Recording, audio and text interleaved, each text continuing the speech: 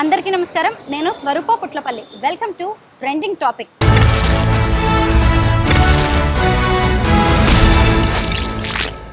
దేశవ్యాప్తంగా సంచలనం రేకెత్తించిన అమృత ప్రణయ్ కేసు గురించి అందరికీ తెలిసిందే.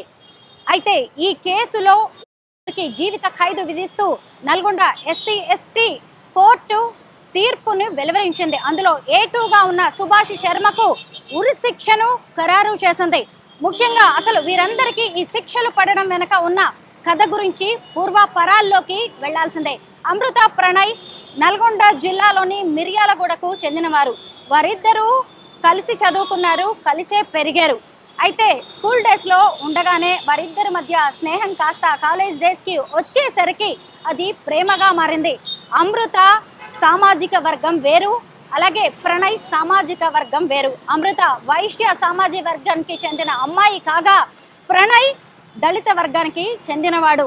అయితే ప్రేమ వీరిద్దరి మధ్య ఉన్న కులాంతరాల్ని అడ్డుకోలేకపోయింది. చిన్నప్పటి నుంచి కలిసి పెరిగిన వారు, ఆ తర్వాత వారి మధ్య ప్రేమ కాస్త అనేక రకాలుగా పెళ్లికి కూడా దారితీసింది.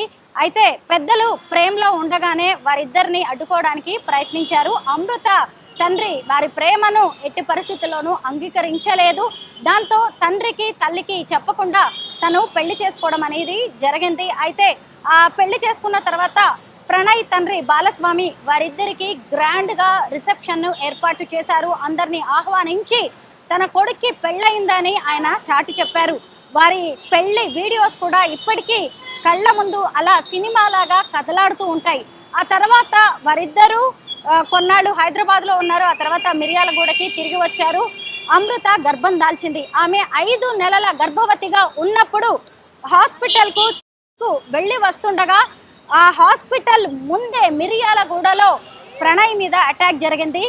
తన తల్లి అలాగే అమృతతో కలిసి హాస్పిటల్ బయటికి నడుచుకుంటూ వస్తూ ఉంటుంది.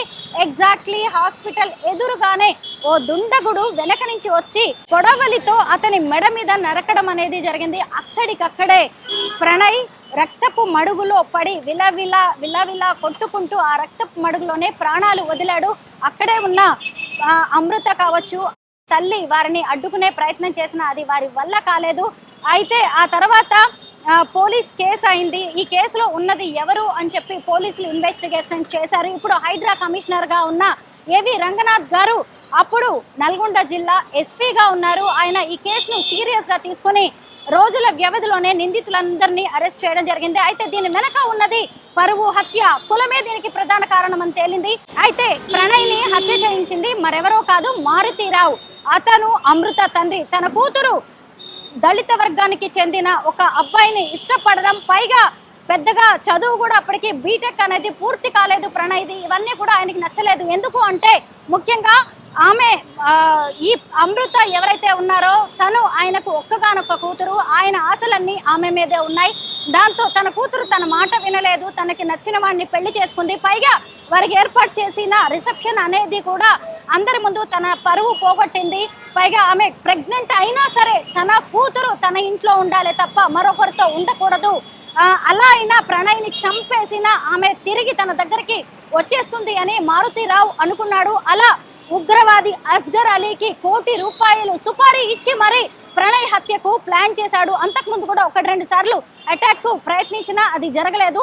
దీంతో అస్గర్ అలీకి ₹1 కోటి ఇచ్చిన తర్వాత అతను 7గురితో మొత్తానికి ఒక టీంని ఏర్పాటు చేశాడు. ఆ టీంకి డబ్బులు ఇచ్చేసి ఒక రోజు ముహూర్తాన్ని డేట్ ఫిక్స్ చేశాడు. ఎప్పుడైతే వీళ్ళు హాస్పిటల్ చెకప్కు వస్తారో ఆ రోజునే ప్రణయ్ని చంపేయాలి అని డిసైడ్ అయిపోయారు. అలా ఈ కొంతమంది కలిసి రెక్కి వేసి ఈ సుభాష్ శర్మ అనే వ్యక్తి కొడవలితో ప్రణయ్ మీద అటాక్ చేశారు. ఆ తర్వాత అక్కడే ఉన్నాం, కాపు కాసి ఉన్నాం, దుండకులందరూ కలిసి కారులో పారిపోయారు.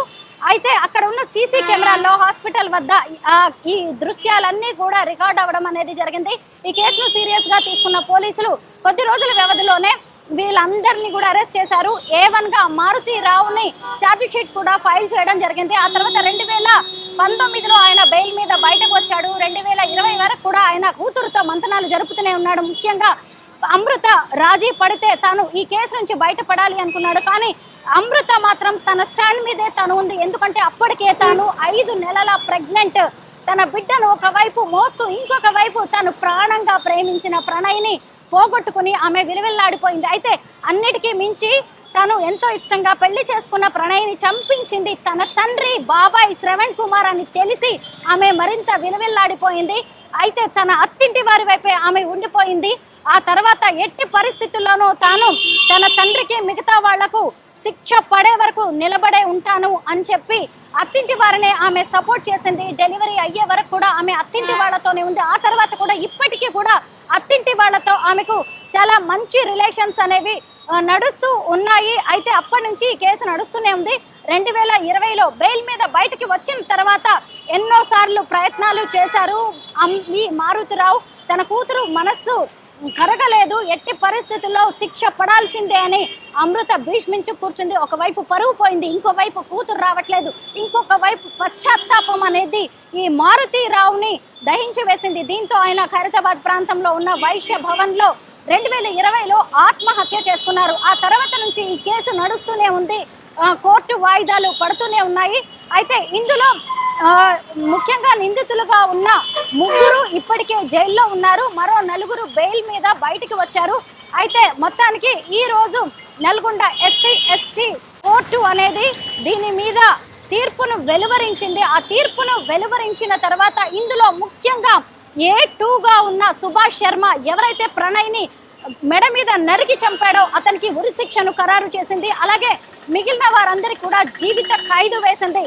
అయితే ఎవరైతే శ్రవణ్ కుమార్ కుటుంబ సభ్యులు ఉన్నారో వారు కోర్టు దగ్గరికి వచ్చి తన తండ్రికి ఏమీ తెలియదని, ఇదంతా మారుతిరావే చేశాడు అని, అలాగే అమృత వల్లే ఇదంతా జరిగింది, లేకపోతే తమ తండ్రికి ఈరోజు జీవిత ఖైదు పడే పరిస్థితులు వచ్చేవి కాదు అని వారు కన్నీరు మున్నీరుగా విలిపిస్తున్నారు.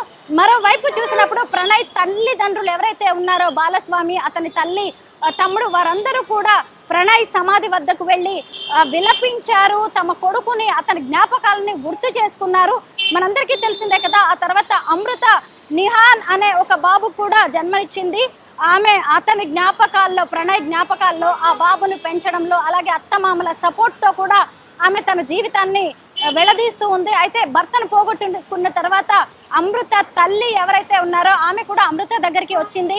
ఇప్పుడు ఒకవైపు ప్రణయ్ తల్లిదండ్రులు, అలాగే అమృత తల్లి అందరూ కలిసి ఈ మధ్య కాలంలో నిహాన్ బర్త్డే సెలబ్రేషన్స్ కూడా చేశాము. ఈ రోజు ఉరిశిక్ష అలాగే జీవిత ఖైదు పడ్డం మీద అసలు పబ్లిక్ ఏమనుకుంటున్నారో తెలుసుకున్నాం. నాతో పాటు ట్రాఫిక్ వాలంటీర్ శ్రీ ప్రేమ గారు ఉన్నారు. ఆమెతో మాట్లాడి ఈ కేసు గురించి అసలు ఆమె అభిప్రాయం ఏంటో అనేది తెలుసుకుందాం. హలో ప్రేమ గారు. హాయ్. మీరు కూడా కేసుని ఫాలో అయ్యి ఉంటారు. అయితే కోర్టు ఈరోజు తీర్పు వెలువరించింది, మీరేమంటారు? దాని మీద మీ అభిప్రాయం ఏంటి? ఒక పరువు హత్యగా భావించి మారుతిరావు గారు 2018 సెప్టెంబర్ 14లో సుపారీ ఇచ్చి తను ప్రేమించిన అబ్బాయిని, కూతురు ప్రేమించిన అబ్బాయిని చెప్పిన మాటలు వినలేదని, పెళ్లి చేసుకున్న తర్వాత ప్రెగ్నెంట్గా ఉండగా హాస్పిటల్కి వెళ్ళి వస్తుండగా హత్య చేయించడం జరిగింది. అప్పుడు చాలా సెన్సేషన్ అయింది. అది క్రమంగా గడుస్తున్న కొద్దీ మారుతిరావు సూసైడ్ చేసుకోవడము, మళ్ళీ 7 ఇయర్స్ తర్వాత 2025లో స్థానిక కోర్టులు గుర్తించి నిందితులకు తగ్గట్టుగా శిక్షలు వేయడం జరిగింది. మారుతిరావు కూడా తట్టుకోలేక సూసైడ్ చేసుకున్నాడు. ఇప్పుడు ప్రజెంట్ అందరికీ A2కి ఉరిశిక్ష వేయడము, మిగతా నిందితులందరికీ జీవిత ఖైదు వేయడం వల్ల న్యాయ వ్యవస్థపై నమ్మకం ఉంది. ప్రతి తల్లిదండ్రులు వాళ్ళ పిల్లలకి ఉన్నతమైన విలువనిచ్చి వాళ్ళ జీవితానికి అభివృద్ధి చోటునివ్వాలి, కానీ వాళ్ళ భవిష్యత్తును దెబ్బతీసి వాళ్ళ దృష్టిలో చులకనై వాళ్ళ పిల్లల భవిష్యత్తులో కూడా చులకన కావద్దని వేడుకుంటున్నాను.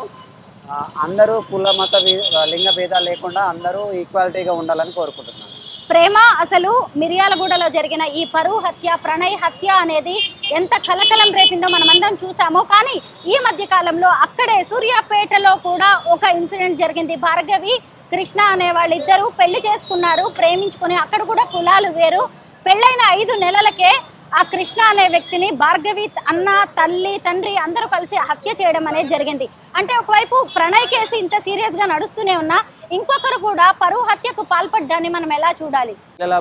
పరువుగా పిల్లలకే కాకుండా తల్లిదండ్రులు కూడా పరువుగా భావించి పిల్లలను, అటు ప్రేమించిన వారిని, వాళ్ళ కుటుంబాలను ఇబ్బందికి గురి చేస్తున్నారు. ఇంగితత్వంలో ఆలోచించి అర్థం చేసుకొని, అంటే తప్పు చేసినప్పటికీ మార్పు చెందించడానికి ప్రయత్నించము, లేకుంటే డాక్టర్లు కౌన్సిలర్ల దగ్గరికి వెళ్ళి మార్చడానికి ప్రయత్నించడము, లేకుంటే లీగల్గా కేసులు పెట్టి పిల్లల్ని మార్చి మన పిల్లలుగా పెంచుకోవడము, లేకుంటే వాళ్ళకే పెళ్ళిళ్ళు చేసి బాధ్యతగా నిర్వర్తించి వాళ్ళనే వెనక నుంచి సపోర్ట్ఫుల్గా చేయడమో చేయాలి తప్ప ఇట్లాంటి పరువు హత్యలు చేస్తే ఏమొస్తుంది? ఏమీ రాదు. ఊరికే జీవితాలు బలి చేసుకొని ఒకరికొకరు దూరం అయ్యి జీవితాలు నాశనం చేసుకొని సొసైటీలో ఒక విభిన్న మనుషులుగా చిత్రీకరించబడతాము. ఎంత తప్పు చేసినప్పటికీ న్యాయ వ్యవస్థలు ఉన్నాయి, పోలీస్ డిపార్ట్మెంట్ ఉంది. అన్నీ మనము డెస్టినీ ఉంటుంది కాబట్టి అన్నీ అనుభవించాల్సిందే, అనుభవిస్తారు కూడా. ప్రేమ మనం చూస్తూనే ఉన్నాం కదా, ఈరోజు ప్రేమించడం పెళ్లి చేసుకోవడం అనేది కామన్ అయిపోయింది. చాలా మంది యువతి యువకులైతే కులం అనే దాన్ని పట్టించుకోవట్లేదు, కానీ తల్లిదండ్రులు మాత్రం ఇంకా కులం వెనకే పడుతూ ఉన్నారు. ఇలా ఎంతో మంది చనిపోతూ ఉన్నారు. ఇవాళ నల్గొండ ఎస్సీ ఎస్టీ కోర్టు ఇచ్చిన తీర్పుతో ఇవన్నీ ఆగుతాయి అంటారా? లేదు, ఇలాంటి కేసులు మళ్ళీ పునరావృతం కాకుండా ప్రభుత్వం మనమంతా ఏం చేయాలంటారు? ఇంతకుముందు ఎన్నో జడ్జిమెంట్ వస్తూనే ఉన్నాయి, పోతూనే ఉన్నాయి.